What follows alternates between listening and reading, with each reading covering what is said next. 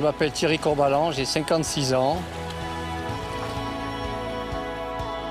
Je suis amputé des membres supérieurs et depuis, j'ai pratiqué plusieurs sports et là, depuis 6 ans, je fais de la nage en monopalme. Dans l'eau, je suis complètement autonome et j'ai besoin de personne. Et je peux nager comme une personne valide, je nage aux côtés des valides et je ne sens pas du tout mon handicap, quoi. Je veux dire, le handicap n'apparaît pas dans l'eau.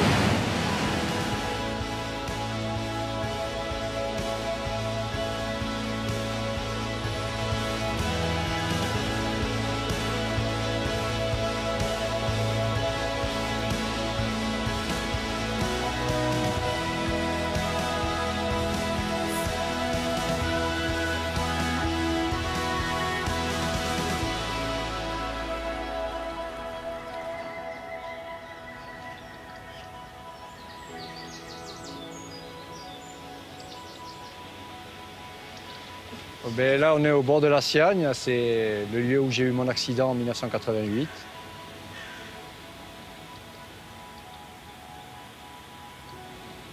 Donc après mon travail, je suis venu à la pêche.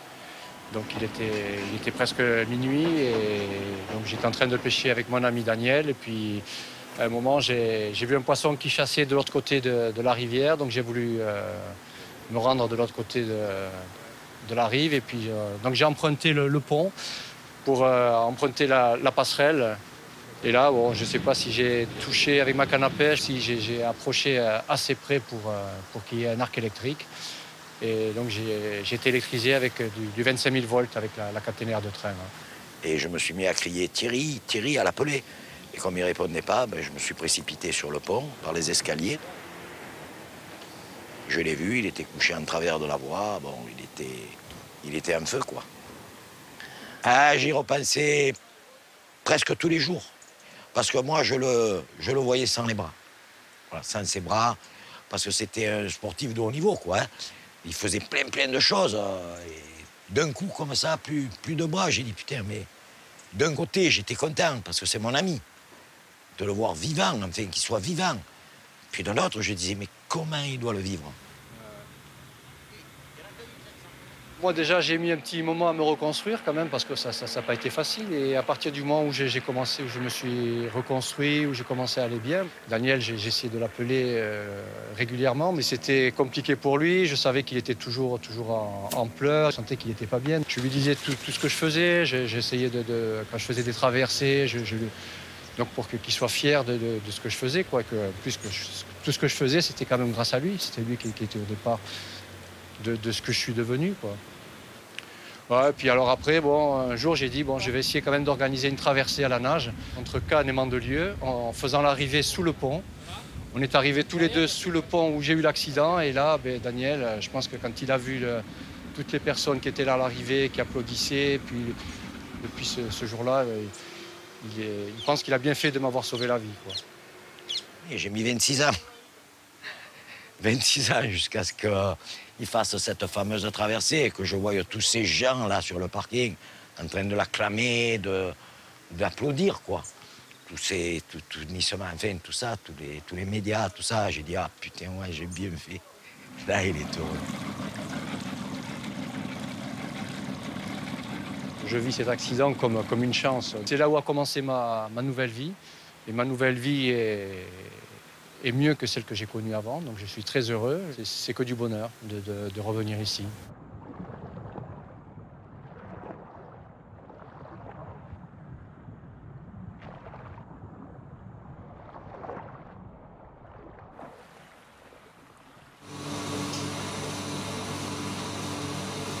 De suite après l'accident, j'ai recommencé à faire du sport. D'ailleurs, c'est ce qui m'a permis de rebondir assez vite et à me reconstruire. La première fois que je me suis vu dans un miroir après mon accident, ça a été horrible. C'est sûr que je savais que j'avais été amputé des bras, mais je n'avais pas eu l'image. Donc la première fois que je me suis vu dans la salle de bain devant une glace, je l'ai très mal vécu. Je me suis renfermé sur moi-même pendant peut-être 1 ou 2 jours. Et puis après, quand je me suis vu une deuxième fois, je n'ai pas eu l'effet de surprise. Donc j'ai eu plus de facilité à l'avaler. Puis petit à petit, bon, ben, j'ai vécu avec, quoi. Avec cette image qui devenait naturelle, parce que je me voyais tous les jours comme ça. C'est sûr qu'au début, quand j'ai commencé à courir, bon, ben forcément, j'avais des problèmes d'équilibre. Bon, même maintenant, c'est pas évident, parce que sans les bras, ben, il me manque un orteil aussi, donc j'ai moins de stabilité avec le pied gauche. Mais après, le corps s'habitue et puis bon, maintenant, je fais plus attention. J'ai certainement toujours ce manque d'équilibre, mais je fais avec.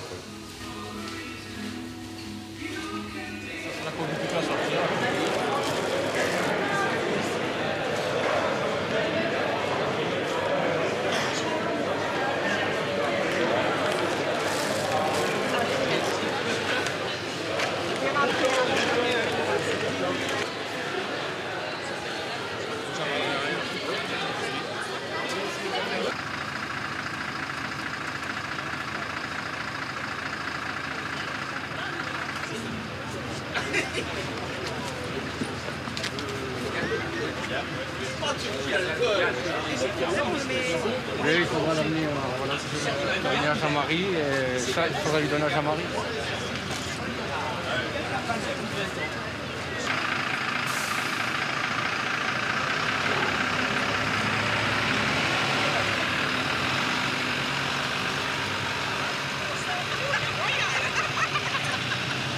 Ils s'en foutent d'une force. On n'existe plus. J'ai pas toujours été présente sur ces compètes, que ce soit dans l'eau, que ce soit en course à pied, que ce soit en judo. Et maintenant que j'ai un peu plus l'opportunité de le faire, je suis contente d'être à ses côtés. C'est ma référence, quoi. C'est un moteur.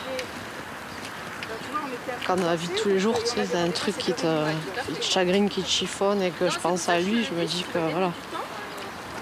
Ça te fait avancer, ça fait relativiser plein de choses. Et il motive, il apaise, il encourage, il fait croire en la vie. C'est beaucoup.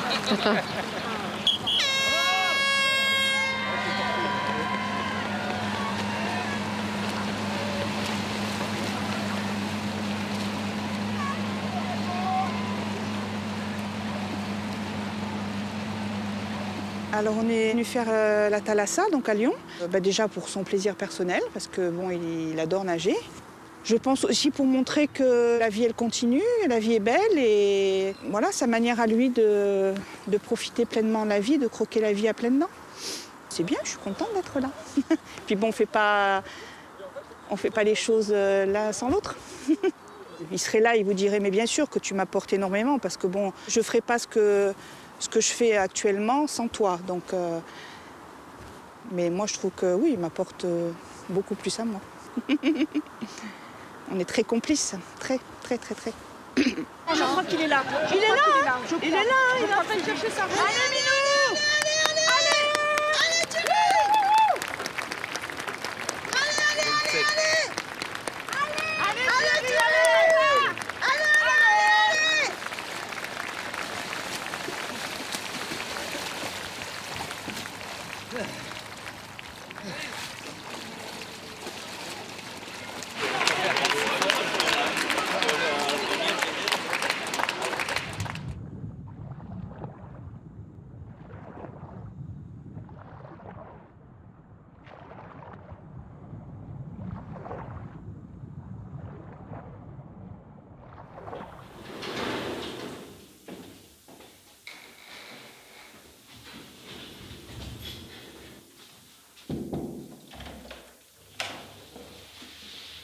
Est-ce que tu as eu des endroits qui t'ont un peu gêné dans ton entraînement?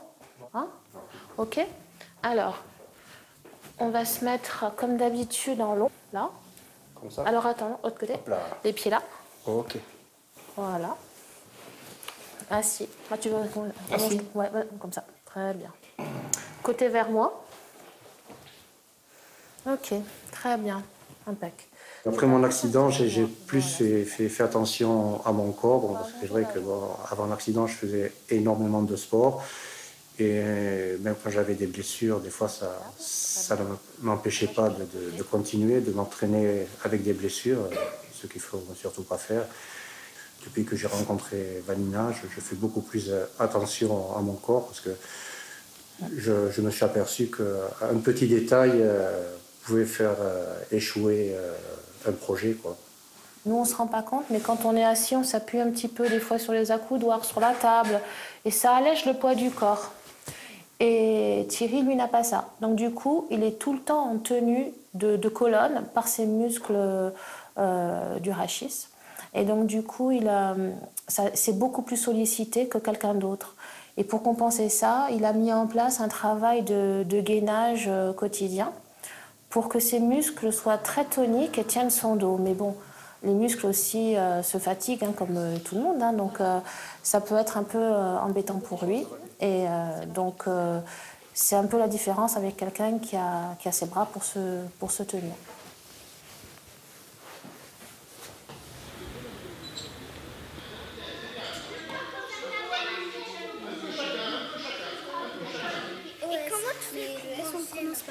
Eh bien, j'ai ma femme qui m'aide à manger. Sinon, j'ai un petit système qui m'aide à manger tout seul aussi. Mais bon, des fois, c'est ma femme qui m'aide. Après, pour boire, je prends une paille.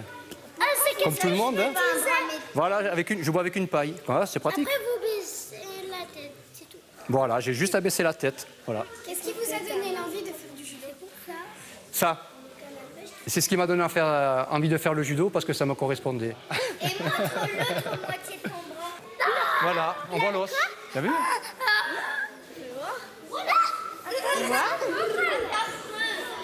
Voilà.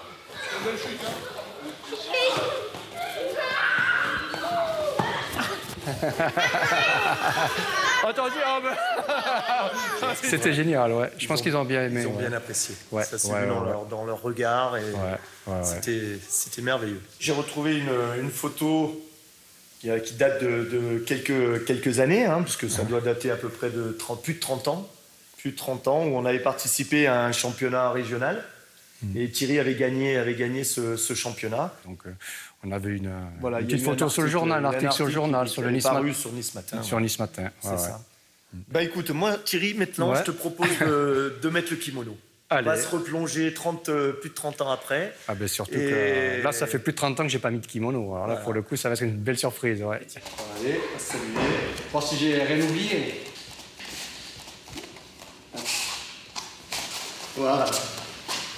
Thierry en kimono, c'est le Thierry que j'ai connu. C'est le Thierry que j'ai fréquenté pendant des années. Et 30 ans après, le revoir sur un tatami avec ses enfants, en kimono, en me faisant chuter, c'est exceptionnel. Il aurait fallu qu'il soit un petit peu plus agressif. Et je pense que c'est quelqu'un qui aurait fait quelque chose de merveilleux en compétition.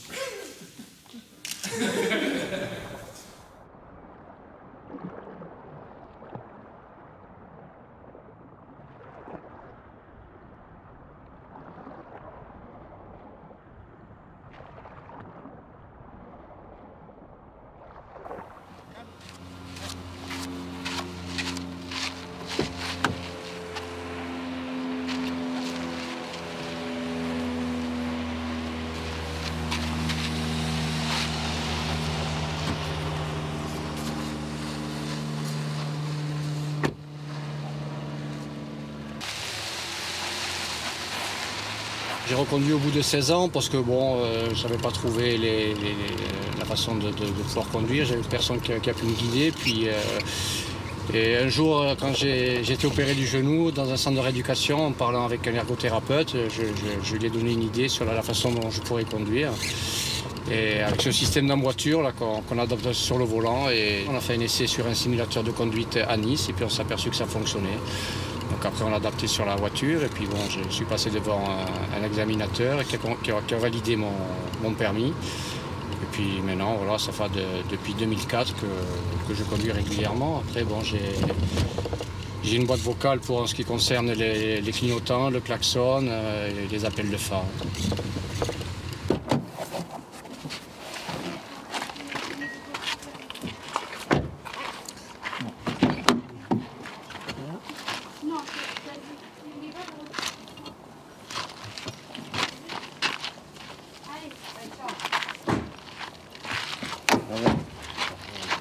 Tu vois pas le fond.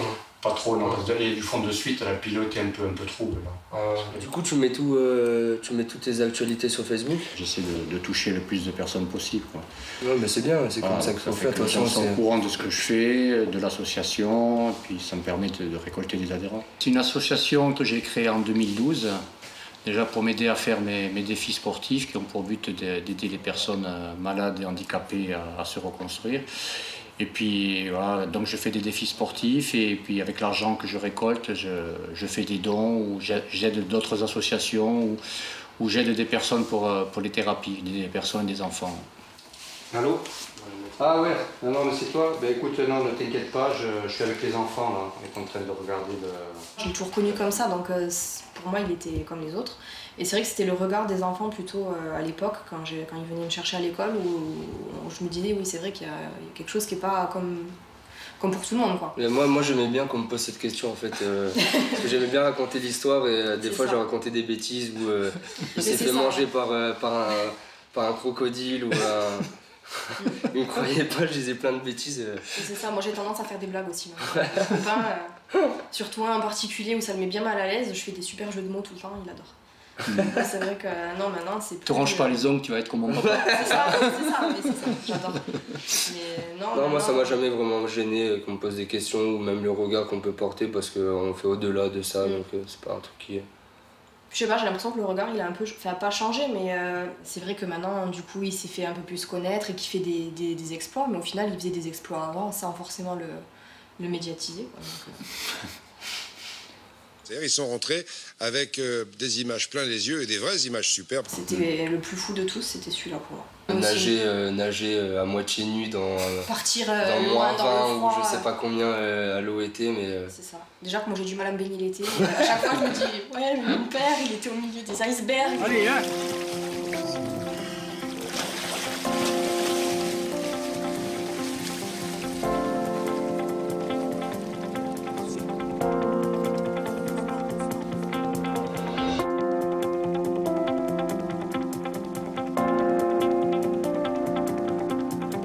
En 2014, j'ai nagé au Groenland. J'ai nagé 20 minutes en maillot au Groenland avec l'association de Pascal Olmeta. Je voulais montrer que les choses sont possibles. Bon, moi, je nage déjà toute l'année en maillot, à des températures. Bon, en mer, l'eau descend à 11,5 l'hiver. Bon, là, après, j'avais fait pour le Groenland, j'avais fait un entraînement approprié dans les rivières à 4 degrés. Mais en même temps, ce voyage au Groenland, c'était pour montrer aux Groenlandais que quand on tombait dans l'eau froide, on ne mourrait pas systématiquement, parce que pour eux, tomber dans les eaux glaciales du Groenland, ça veut dire mourir, quoi, en général. Et je pense que c'est certainement la panique qui les fait mourir. Ils se disent, bon, je suis tombé dans l'eau, ça y est, je vais mourir.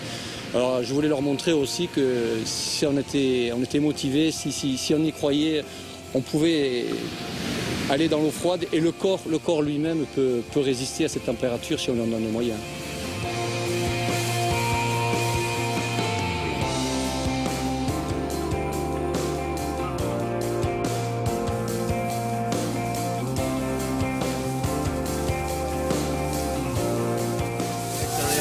On l'a fait, on l'a fait. C'est bon. C'est un rêve et je le fais, je suis content. Bibi, hurrah. Bibi, hurrah. Bravo.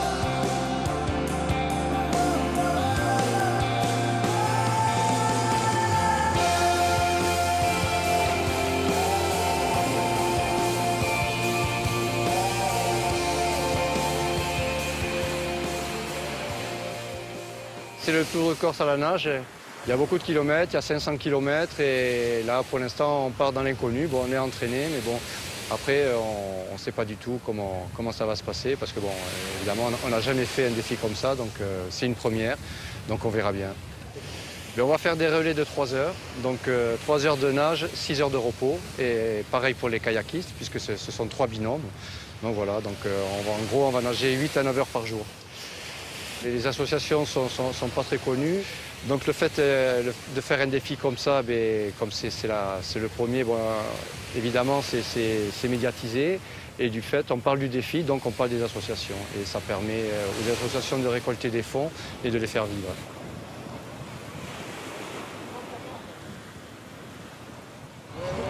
tellement beau ce qu'il fait, mais c'est vrai que là c'est la première fois que j'appréhende parce que je ne maîtrise pas parce que j'y suis pas. Donc c'était pas vraiment possible, mais bon, c'est pas grave. Il faut vite que ça se passe, c'est tout. Qui nage le plus vite possible. À bientôt, quand je reviens, dans une semaine. Allez.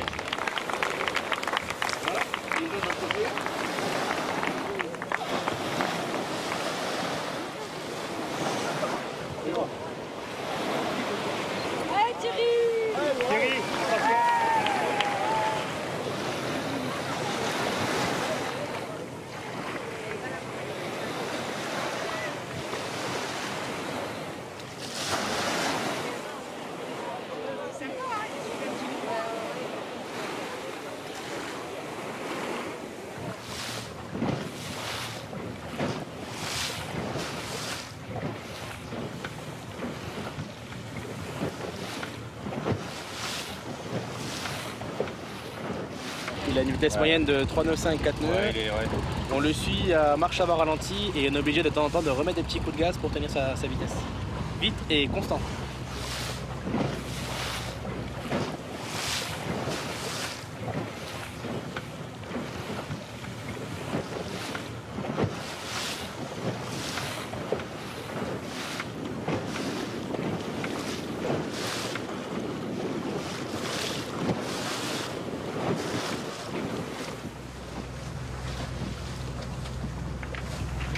Thierry, c'est un mental hors norme. Il a réussi à acquérir un mental, je dirais, surdimensionné par rapport à une personne qui n'a pas subi tout ça, quoi. Je veux dire, donc, et c'est génial, quoi, parce que je veux dire, physiquement, c'est une aventure qui est très très dure, qui sollicite énormément la machine. Et le mental, je dirais, il vient accompagner tout ça. Ça fait quand même quelqu'un d'exceptionnel.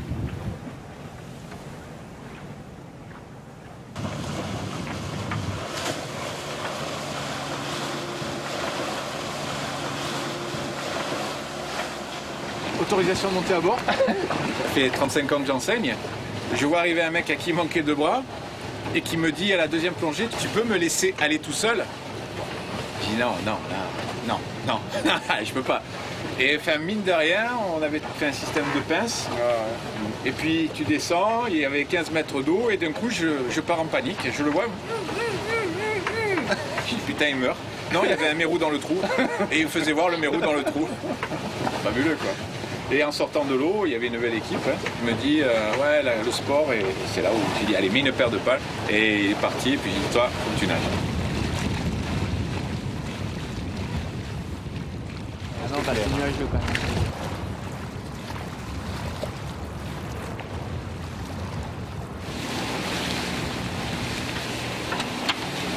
Sur les coups de 4 h du matin, donc on est rentré dans un phénomène orageux particulièrement violent. Donc on a récupéré le kayak des nageurs, on a tenté de passer, il n'est pas trouvé, donc on retourne sur l'Andar et puis on prend le point. Depuis le départ, on a eu des conditions moyennes et puis bon, ça s'est un peu gâté dans les Bouches de Bonifacio. Puis là, après avoir contacté la météo, il s'avère que le mauvais temps continue. Alors bon, on a décidé d'arrêter le défi. C'est déjà bien tout ce qu'on a fait. Bon, puis après tout, c'est la mer qui décide si on doit passer ou pas. Bon là, pour le coup, elle avait décidé qu'on ne devait pas passer. Donc c'est pas un souci. Mais après, c'est vrai qu'on s'est rassuré parce que déjà ce qu'on a fait, on a fait plus de 160 km en 2 jours et puis on est en pleine forme, donc ça prouve que l'entraînement était bon et que ce défi était jouable. Bon, je vais pas m'arrêter là, c'est sûr.